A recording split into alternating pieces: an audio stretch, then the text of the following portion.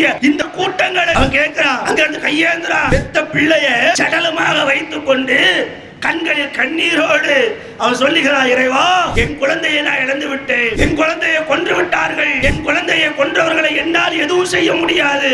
ஆனா நீ பார்த்து கொண்டிருக்கிறியா அல்லாஹ், இந்த படுபாதக செயலில், இந்த பாவமான காரியத்திலே யாரெல்லாம் ஈடுபட்டார்களோ அவர்களை எல்லாம் நீ புட்டியா அல்லாஹ் என்று அங்கே நின்று நம் சகோதரன் கையேந்துகின்றானே, நம் சகோதரன் கரத்தில் ஏந்தி வந்து கதறுகின்றானே. நமக்கு அந்த எண்ணம் இல்லையா? நம்முடைய குழந்தை நினைச்சு பாருங்க, எந்த அக்கிரமமும் இல்லாம அநியாயமும் இல்லாம சாதாரணமாக இயற்கை மௌத்தை தழுவினாலே ஒவ்வொரு தாயும் தந்தையும் எவ்வளவு வேதனைப்படுகின்றோம், அழுது கண்ணீர் விட்டு புலம்புகின்றோமே. இன்னைக்கு அவர்கள் பிள்ளைகளை நம்மை விட பாசமாக நேசமாக வளர்த்த குழந்தைகளை அநியாயமாக கொள்றானே, துப்பாக்கியால் சுட்டுக் கொள்ளுகின்றானே, குழந்தைகள் என்று பார்க்காமல் குண்டுகள் மலைகளை பொழிய செய்து கொள்ளுகின்றானே. பெற்ற தாயின் கண்ணு முன்னாலே குழந்தை இறந்து போகிறது. பெற்ற குழந்தையின் கண்ணு முன்னாலே தாய் இறந்து போகின்றாளே. தாய் இறப்பதை பிள்ளை பார்க்கிறான், பிள்ளை இறப்பதை தாய் பார்க்கின்றான். அவருடைய உணர்வுகள் எப்படி இருக்கும் சகோதரர்களே? அவருடைய உள்ளங்கள் எப்படி இருக்கும் சகோதரர்களே? அற உயிர் கிடக்கக்கூடிய நேரத்தில் ஒரு தாய் தன் பிள்ளையை பார்த்து சொல்லுகின்றால், குண்டடிப்பட்டவை பிள்ளைகள் அழுது கொண்டிருக்கக்கூடிய காட்சியை பார்த்து பிள்ளைகள் சொல்லுகின்றான், அழாதே, கவலைப்படாதே, பின்வாங்காதே, நம்மோடு அல்லாஹ் இருக்கிறான். எத்தனை உயிர்கள் பறிக்கப்பட்டாலும் சரி, நம்முடைய சுதந்திர காற்று பாலஸ்தீனத்தை உருவாக்கிய தீர வேண்டும் என்று அந்த பெண்மணி சொல்லிவிட்டு மறதித்தாலே, குழந்தைகளை அழிக்கிறாரே. போர் குற்றம் தெளிவாய் நடக்கும் போதும், மௌனம் ஏன், மௌனம் ஏன், மௌனம் ஏன், மௌனம் ஏன், மௌனம் ஏன், மௌனம் ஏன், மௌனம் ஏன், மௌனம் ஏன். கொத்து கொத்தாய் சடலங்கள், கொத்து கொத்தாய் சடலங்கள், கொத்து கொத்தாய் சடலங்கள், கொத்து கொத்தாய் சடலங்கள், குவியல் குவியலாய் கட்டடங்கள், குவியல் குவியலாய் கட்டடங்கள், குவியல் குவியலாய் கட்டிடங்கள். உலகத்தில் உள்ள கண்கள் எல்லாம், உலகத்தில் உள்ள கண்கள் எல்லாம் அஃபாவின் மீது இருக்குதடா, அஃபாவின் மீது இருக்குதடா. காசா மக்களின் சோக காட்சியை, காசா மக்களின் சோக காட்சியை கண்கள் காண மறுக்கிறதே, கண்கள் காண மறுக்கிறதே. பாலஸ்தீனத்தின் மரண குரல்கள், பாலஸ்தீனத்தின் மரண குரல்கள் மனதில் ஈட்டியை பாய்ச்சுகிறதே, மனதில் ஈட்டியை பாய்ச்சுகிறது. மக்களும் கொடுத்த பாலஸ்தீனை, அடைக்கலம் கொடுத்த பாலஸ்தீனே, அடக்க துடிக்கும் அரக்கனே, அடைக்க துடிக்கும் அரக்கனே, அழிக்க துடிக்கும் அரக்கனே, அடைக்க துடிக்கும் அரக்கனே, இஸ்ரேல் நாட்டின் அரக்கனே, இஸ்ரேல் நாட்டின் அரக்கனே, அழிந்து போவாய், அழிந்து போவாய், அழிந்து போவா, அழிந்து போவா. ஒன்னா நம்பர் பயங்கரவாதி, ஒன்னா நம்பர் பயங்கரவாதி, உலகின் முதல் தீவிரவாதி, உலகின் முதல் தீவிரவாதி. பாலஸ்தீனத்தின் பிச்சையிலே உயிர் பிழைத்த துரோகிகள், இஸ்ரேலர்கள் துரோகிகள், சொந்த மண்ணின் மைந்தர்களை கொன்றொழிக்கும் பாவிகளே, புரிந்துகொள், புரிந்துகொள். அஸ்ஸலாமு அலைக்கும். அன்பார்ந்த சகோதர சகோதரிகளே, இன்றைய தினம் இஸ்ரேலிலே நடந்து கொண்டிருக்கக்கூடிய இஸ்ரேலிய பயங்கரவாதத்தால் பாதிக்கப்படும் பாலஸ்தீன அப்பாவி மக்கள் கொத்து கொத்தாக கொல்லப்படுவதை கண்டித்தும், இஸ்ரேலிலே உடனடியாக போர் நிறுத்தம் செய்யப்பட வேண்டும், இஸ்ரேல் பாலஸ்தீனத்தை முழுமையான சுதந்திர நாடாக அறிவிக்க வேண்டும், பாலஸ்தீனம் பாலஸ்தீன மக்களுக்கு சொந்தமானது, பாலஸ்தீன மக்களுடைய சுதந்திர காற்றை அவர்கள் சுவாசிக்கும் வரை இந்த போராட்டம் ஒருபோதும் தீராது என்ற கோரிக்கைகளை முன்வைத்துத்தான் நாம் கடந்த சில நாட்களாக உலகத்தில் வாழக்கூடிய நல்லுள்ளம் கொண்டவர்கள், அவர்கள் சினிமா பிரபலங்களாக இருந்தாலும் சரி, விளையாட்டு வீரர்களாக இருந்தாலும் சரி, இன்னும் நியாய உணர்வுள்ளம் கொண்ட எல்லோரும் சில செய்திகளை, ஒரு செய்தியை குறிப்பாக ஆல் ஏ ஆன் ரஃபா என்ற ஹேஷ்டாக் மூலம் சுமார் 4 கோடி ஹேஷ்டாக்குகள் அது பதிவாயிருக்கிறது. அது சொல்லக்கூடிய செய்தி என்ன என்று சொன்னால், பாலஸ்தீனத்தில் கடந்த 200 நாட்களாக யுத்தம் நடைபெற்று வந்து கொண்டிருக்கிறது. அக்கிரமக்கார, அராஜகக்கார இஸ்ரேலிய பயங்கரவாத நாடு பாலஸ்தீன இஸ்லாமிய மக்கள் மீது ஒரு மிக கொடூரமான தாக்குதலை அமெரிக்காவின் உதவி கொண்டு நீண்ட நெடிய நாட்களாக செய்து வருகின்றார்கள். இந்த 200 நாட்களிலே சுமார் 35,000 பொதுமக்கள் கொல்லப்பட்டிருக்கின்றார்கள். அது 35,000 பொதுமக்களிலே 75% குழந்தைகள் என்பது குறிப்பிடக்கூடியது. எவ்வளோ பெரிய வன்மம் கொண்டவர்கள், அக்கிரமம் கொண்டவர்கள், நெஞ்சிலே கொஞ்சம் கூட ஈரம் இல்லாதவர்கள், கல் நெஞ்சை முழுவதுமாக தனக்காக்கி கொண்டவர்கள். ஒரு யுத்தத்திலே யுத்தம் நடைபெறுகிறது என்று சொன்னால் அங்கே எதிர்த்து நிற்பவர்களை போராளிகளாக இருந்தாலும் சரி, அவர்கள் இராணுவம் என்றாலும் சரி, ஒருவரை ஒருவர் எதிர்த்து தாக்குவது என்பது சாதாரண ஒரு விஷயம். அது எல்லா இடங்களிலும் எல்லா நாடுகளிலும் ஏற்றுக்கொள்ளப்பட்ட ஒரு செய்தியும் கூட. யுத்தம் என்று வந்துவிட்டால் அதைத்தான் எல்லா பக்கமும் பார்ப்போம். இந்தியா பாகிஸ்தான் போர் நடந்தது. பாகிஸ்தான் இந்திய இராணுவத்தின் மீது தாக்குதல் செய்தான். பதிலுக்கு நாமும் அவர்களை தாக்குதல் செய்தோம். இராணுவ வீரர்களே, அப்பாவி மக்களே அல்ல. இது போன்ற பல நாடுகளிலே பார்க்கிறோம். ஆனால் இந்த பயங்கரவாத கொடுங்கோலான இஸ்ரேலிய அரசு என்பது யார் போராளிகளாக தன் உயிர் நீப்பதற்காக களத்தில் நிற்கின்றார்களோ அவர்களை விட்டுவிட்டு அப்பாவிகளை கொன்றொழிக்கின்றார்களே, அநியாயமாக கொன்றொழிக்கின்றார்களே.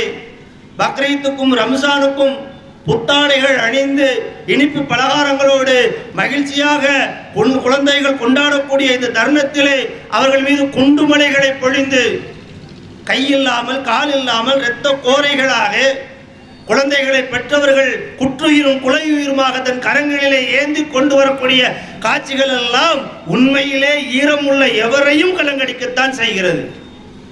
நான் சாதாரணமாக அதை கடந்து போக முடியாது. நாம நினைக்கலாம் அங்க நடக்கிறதுக்கு இங்க என்ன செய்ய கேட்கலாம், நியாயம்தான். ஆனா ஏதாவது ஒன்று செஞ்சுதானே ஆகணும். கொல்லப்படுவது அப்பாவிகள் அல்லவா, கொல்லப்படுவது குழந்தைகள் அல்லவா, கொல்லப்படுவது பெண்கள் அல்லவா, கொல்லப்படுவது நிராயுதபாணிகள் அல்லவா, கொல்பவன் ஒரு அரக்கன் அல்லவா. அவர்களை எதிர்த்து நாம் இஸ்ரேல் செல்ல முடியாவிட்டாலும் என் இறைவனிடம் நாம் பதில் சொல்வதற்காக இந்த இடத்தில் நின்றாவது அந்த அக்கிரமக்கார அநியாயக்கார ஆட்சியாளர்களை கண்டிக்காமல் விட்டுவிட்டால் எனக்கும் இஸ்ரேலியனுக்கும் என்ன வேறுபாடு இருக்கிறது? நாம் ஏன் நினைக்கிறோம், ஏன் கூடியிருக்கிறோம், ஏன் கோஷத்தை முன்வைக்கிறோம், ஏன் உலக நாடுகள் எல்லாம் இது தலையிட வேண்டும் என்று நாம் நம்முடைய எண்ணங்களை பிரதிபலிக்கின்றோம்? பாலஸ்தீனத்தில் அமைதி வேண்டும். அமைதி என்றால் நியாயமான அமைதி. பாலஸ்தீனர்களுக்கு சொந்தமானது. பாலஸ்தீனத்திலே உரிமை கொண்டாட எவனுக்கும் ரைட்ஸ் கிடையாது. இந்த யூதர்கள் என்பவர்கள், இஸ்ரேலியர்கள் என்பவர்கள் சுதந்திரத்திற்கு முன்பாக 40களிலே நாடின்றி நாடோடிகளாக தெரிந்தவர்கள். ஹிட்லர் இவர்களை இனப்படுகொலை செய்த போது அடைக்கலம் கேட்டு ஒவ்வொரு நாடாக ஓடி ஒளிந்தவர்கள் இந்த இஸ்ரேலியர்கள். ஆனால் அந்த நேரத்திலே கருணை உள்ளத்தோடு அன்போடு ஒரு மனிதனாக இவர்களையும் மதித்து பாலஸ்தீன பகுதிகளிலே ஒரு ஓரங்களிலே இடம் கொடுத்தார்களே பாலஸ்தீன பெருமக்கள், அவர்களுக்கு இன்னைக்கு இவர்கள்தான் எதிரிகளாக நிற்கின்றார்கள், அவர்களையே அகதிகளாக்குகின்றார்கள் என்று சொன்னால் இந்த அக்கிரமக்காரர்களை நாம் என்ன சொல்வது சகோதரர்களே? இன்னைக்கு பேசலாம் வரலாறு யாருனாலும், அவனும் அடிக்கிறானே இவனும் அடிக்கிறானே, என்ன வேணா நீ சொல்லு, ஏன் அடிக்கிறான்? எந்த நாட்டினுடைய குடிமகனும் சரி அந்த நாட்டை இன்னொரு நாட்டுக்காரன் ஆக்கிரமித்துக் கொண்டால் அவர்களுக்கு எதிராக போராடுவது என்பது இயல்பு. நானே இருக்கிறேன், நாமளே இருக்கிறோம், நம்முடைய நாடு இந்தியா, பக்கத்தில் ஸ்ரீலங்கா இருக்கிறது. திடீர்னு உங்க ஒரு ராணுவம் தொண்டிக்குள்ள புகுந்தா புடிச்சிட்டு போட்டு விட்டுருவோம். என் நாட்டுக்கு எதிராக எந்த அந்நியன் இங்கே புகுந்தாலும் அவர்களுக்கு எதிராக நான் போராடுவேன், அவர்களை விரட்டி அதில் மரணிக்கும் வரைக்கும் என்னுடைய நிலையை உறுதிப்படுத்துவேன் என்று எனக்கு உரிமை இருக்கும் பொழுது அதான ஒவ்வொருத்தரும் செய்வோம். இந்த நாட்டை இங்கிலாந்துக்கார அடிமையாக்கினா, ஆங்கிலேயன் அடிமையாக்கினா விட்டுட்டோம், வச்சுட்டு ஒன்று கொடுத்துட்டோம். சுதந்திர போராட்டத்திற்காக இன்னுயிர்கள் எத்தனை நிற்கப்பட்டது, அடித்து துரத்தினோமே, நாட்டில் சுதந்திர காற்றை சுவாசித்துக் கொண்டிருக்கிறோமே. ஒரு இந்தியனாக, இந்திய குடிமகனாக நான் அதை வரவேற்கிறேன். நான் அன்று இருந்திருந்தால் நானும் போராடி இருப்பேன். ஏன்? இது என்னுடைய நாடு, என்னுடைய மண்ணு, என்னுடைய சுதந்திரம். அந்த எண்ணம் எனக்கு இருக்கும் பொழுது அதே எண்ணம் பாலஸ்தீனியர்களுக்கு இருக்காதா?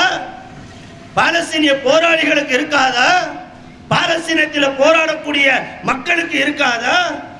அவர்களுடைய நாடை இஸ்ரேல் என்ற வந்தேறி அமெரிக்காவின் துணை கொண்டு ஆக்கிரமித்துக் கொண்டு அவர்களையே அடிமையாக்கி அவர்களுக்கு சுதந்திரம் கொடுக்காமல் ஒரு திறந்த வழி சிறைச்சாலையாக காசாவை அவர் நிர்மாணித்துக் கொண்டிருக்கின்றார். அதை ஏனென்று எதிர்த்து கேட்க எந்த அரபு நாடுகளுக்கும் துப்பில்ல. அமெரிக்காவின் அடிவரடிகளாக, ஐரோப்பாவின் அடிவரடிகளாக அவர்கள் போடக்கூடிய எலும்பு துண்டுகளுக்கு வாலாட்டும் அப்படித்தானே இருக்கிறார். ஐநா முதற்கொண்டு அரபு நாடுகள் முதற்கொண்டு இந்த கொடுமையை ஏன்னு கேட்க நாதி இல்லையே. ஒருத்தராக குரல் கொடுக்கிறார. அரசுகளுக்கு அப்பாற்பட்டு நல்லுள்ளம் கொண்டவர்கள் குரல் கொடுக்கின்றார்கள். ஏண்டா கொள்ற? ரஃபா என்பது போர் நடக்கும் இடமல்ல, யுத்தம் செய்யக்கூடிய இடமல்ல. இஸ்ரேல் நாடு, இஸ்ரேலிய பயங்கரவாதம் பாலஸ்தீனத்தில் நடத்தப்படக்கூடிய ஒரு தாக்குதல். அங்கு இருக்கக்கூடிய மக்களிடம் அறிவிப்பு செய்கின்றார்கள், நாங்கள் ஹமாஸுக்கு எதிராக தாக்குதல் தொடுக்க போகிறோம்.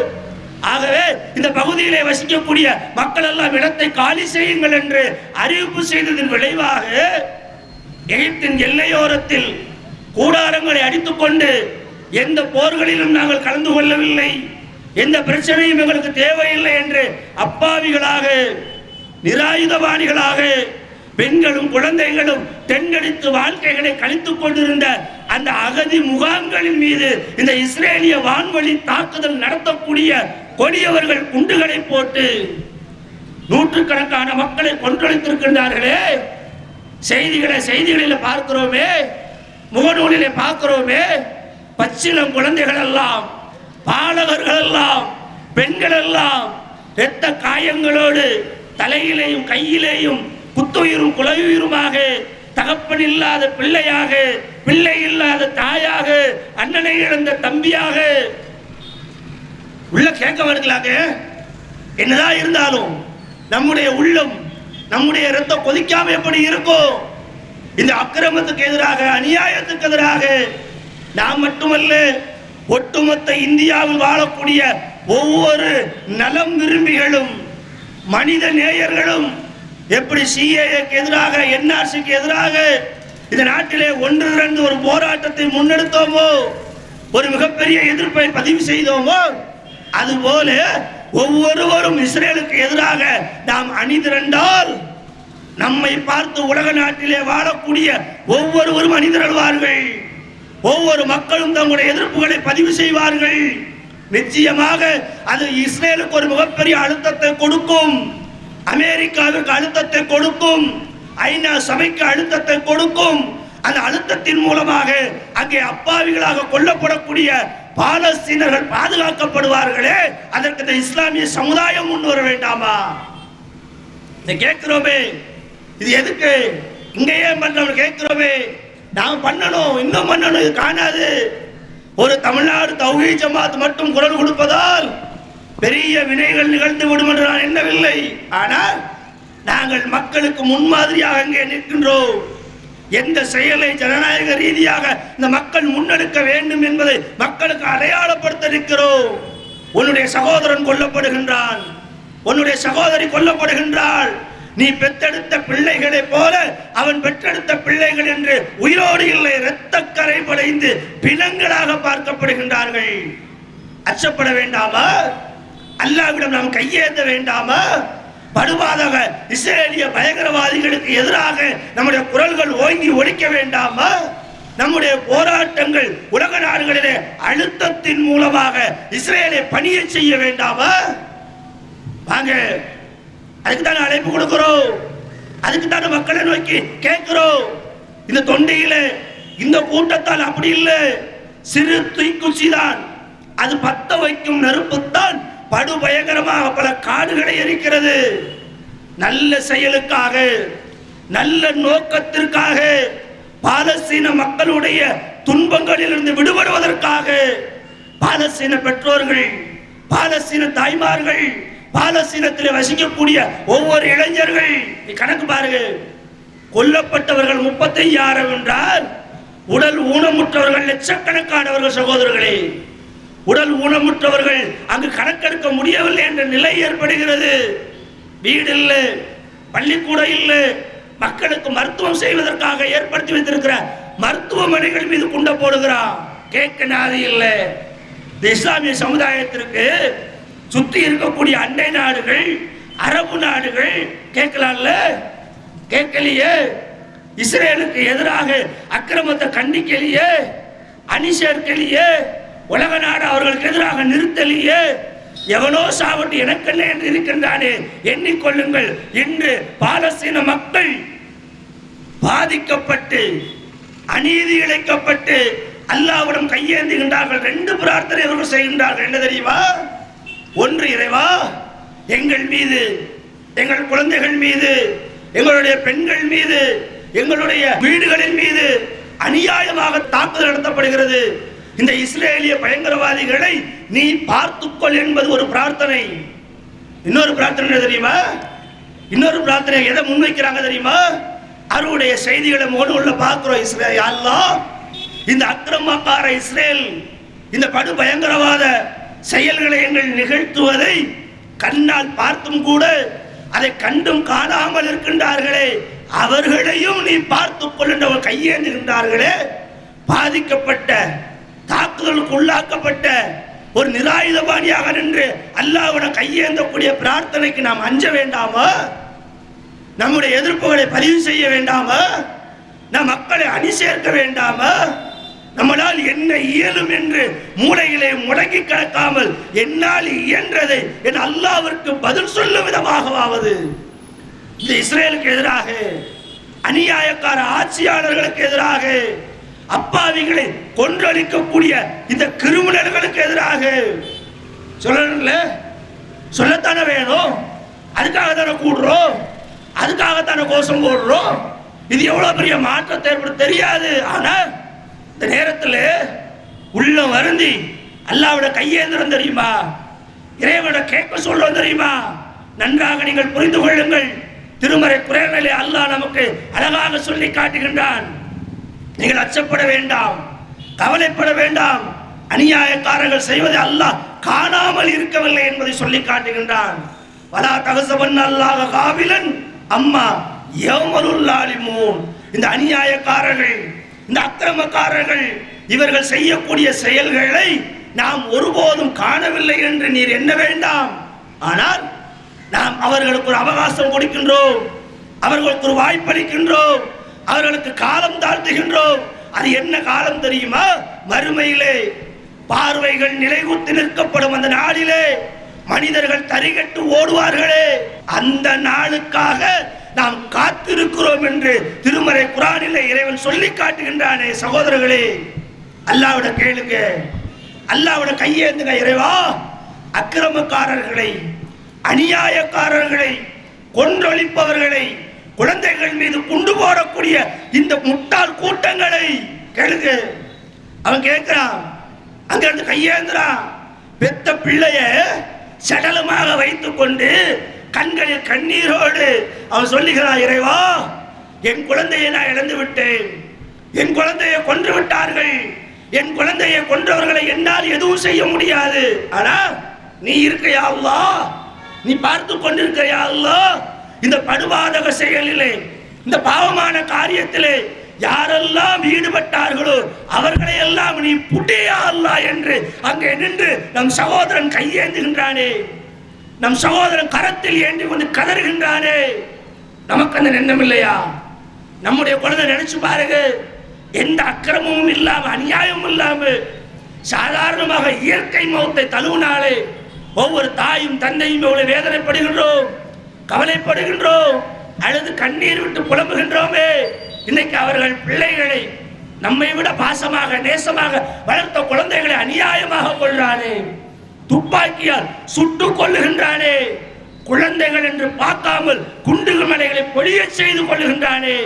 பெற்ற தாயின் கண்ணு முன்னாலே குழந்தை இறந்து போகிறதே, பெற்ற குழந்தையின் கண்ணு முன்னாலே தாய் இறந்து போகின்றாளே. தாய் இறப்பதை பிள்ளை பார்க்கிறான், பிள்ளை இறப்பதை தாய் பார்க்கின்றான். அவருடைய உணர்வுகள் எப்படி இருக்கும் சகோதரர்களே? அவருடைய உள்ளங்கள் எப்படி இருக்கும் சகோதரர்களே? அற உயிர் கிடக்கக்கூடிய நேரத்தில் ஒரு தாய் தன் பிள்ளையை பார்த்து சொல்லுகின்றால், குண்டடிப்பட்டவை, மேலெல்லாம் வெந்துருச்சு. மோனுள்ள பார்த்தோம். பிள்ளைகள் அழுது கொண்டு இருக்கக்கூடிய காட்சியை பார்த்து பிள்ளைகள் சொல்லுகின்றான், அழாதே, கவலைப்படாதே, பின்வாங்காதே, நம்மோடு அல்லாஹ் இருக்கிறான்.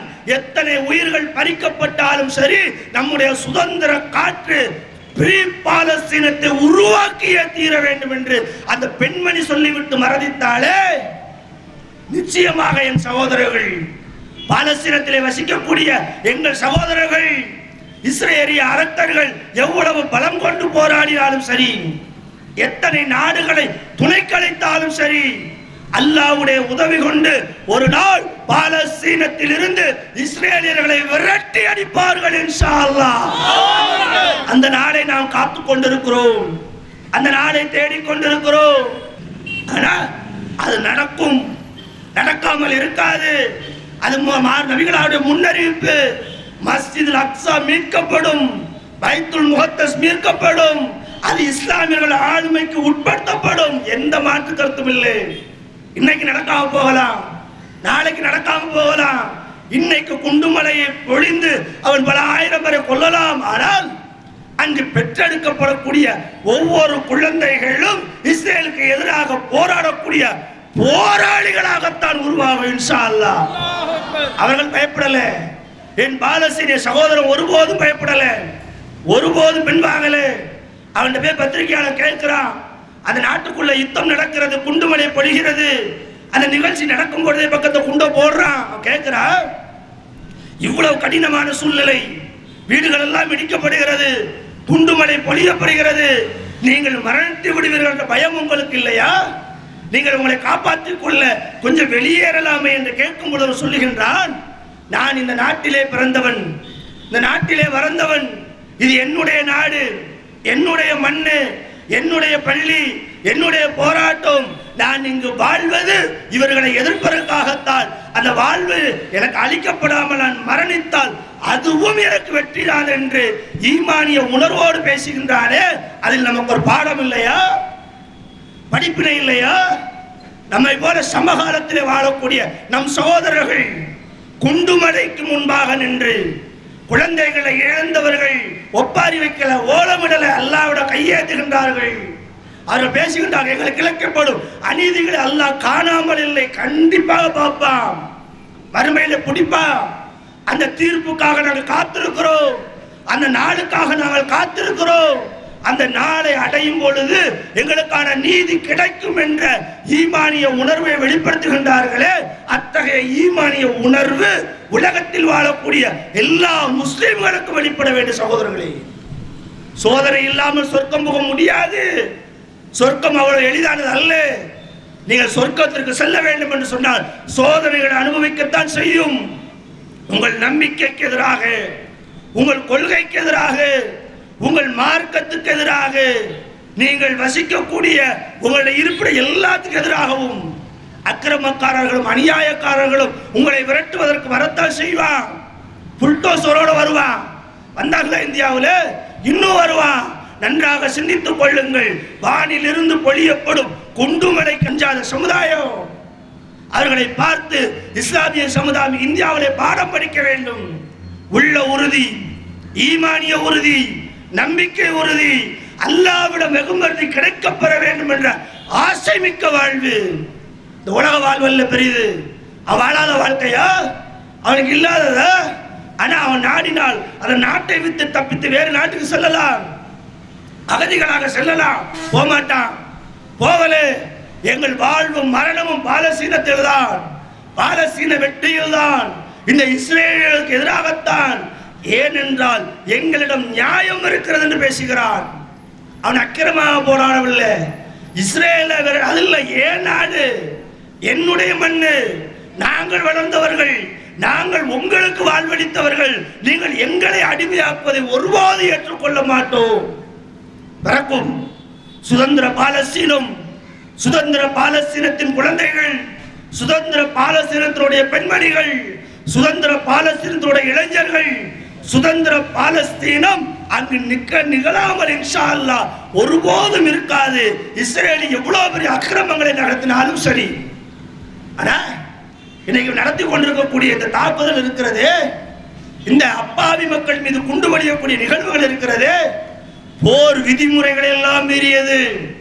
உக்ரைன் மீது ரஷ்யா குண்டு போடும்போது அமெரிக்கா கொக்கரிச்சான். நீ எப்படி சிவிலியன்கள் மீது குண்டு போடலாம் குரல் கொடுத்தீல. இஸ்ரேல் இப்ப அதைத்தானே செய்யறான். கள்ள குழந்தையாக இருந்து செய்யறான்ல. ஹமாஸுக்கு எதிராக போராடு பிரச்சனை இல்லை, அவனுக்கு எதிராக குண்டு போடு பிரச்சனை இல்லை. ஆனா அப்பாவிகள் மீது போடுகின்றாயே, அடைக்கலம் தேடி சென்றவர்கள் மீது போடுகின்றாயே. இதை கண்டிச்சான அமெரிக்கா, இங்கிலாந்து கண்டிச்சான, ஐரோப்பிய யூனியன் கண்டிச்சுதா, ஐநா சபை கண்டிச்சுதா? கண்டிக்க போற போக்குல போர் நிறுத்தத்தை அறிவிக்கக்கூடிய பேச்சுவார்த்தை ஒரு பக்கம் நடந்து கொண்டிருக்கும் பொழுது போர் நிறுத்தத்துக்கு எதிராக இதுபோல குண்டுமடை பொழியக்கூடிய அப்பாவிகளுக்கு எதிராக, அப்பா அந்த அநியாயக்காரர்களுக்கு எதிராக இன்னைக்கு உலகமே ஒரு பார்வை விழுந்திருக்கிறது. இதை நாம் சும்மா சொல்லல, வெறும் கூத்தாடிகள் தானே என்று சொன்ன பலரும் நம்ம நாட்டில், நம்ம தமிழகத்தில் இல்லை, கேரளாவில், இன்ன பிற மாநிலங்களில், உலகம் முழுவதும் இருக்கக்கூடிய நடிகர் நடிகைகள் தன்னுடைய இன்ஸ்டாகிராமில், தன்னுடைய முகநூலில், தன்னுடைய எக்ஸ் தளத்தில், தன்னுடைய யூடியூப்ல ரஃபா மீது நடந்த தாக்குதலை கண்டிக்கிறார். அநியாயம் என்கிறான், அக்கிரமம் என்கிறான். ஆனா சொந்த சமுதாய மக்கள் மீது தாக்குதல் நடத்தப்படுவதை பேசக்கூட இல்லாம நம்ம சமுதாயம் வாழ்ந்து கொண்டிருக்கிறது.